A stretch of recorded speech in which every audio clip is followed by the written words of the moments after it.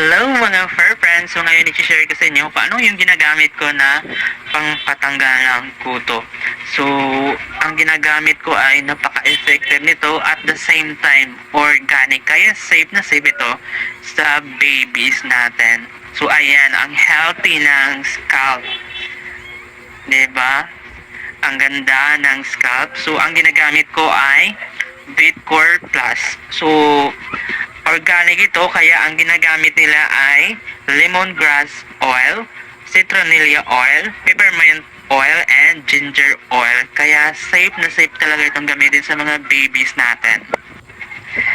Available po ito sa Lazada at Shopee. Kung gusto niyong mag-avail is please check the comment section kasi i-comment ko lang yung product details at yung link.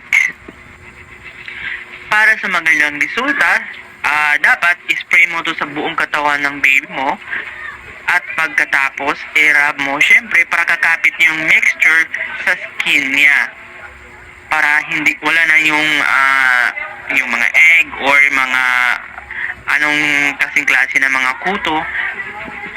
Actually mamamatay talaga sila, kakapit lang dun sa balat nila pero patay na yung mga kuto. So yun yung mga discover ko while ginagamit itong product na to.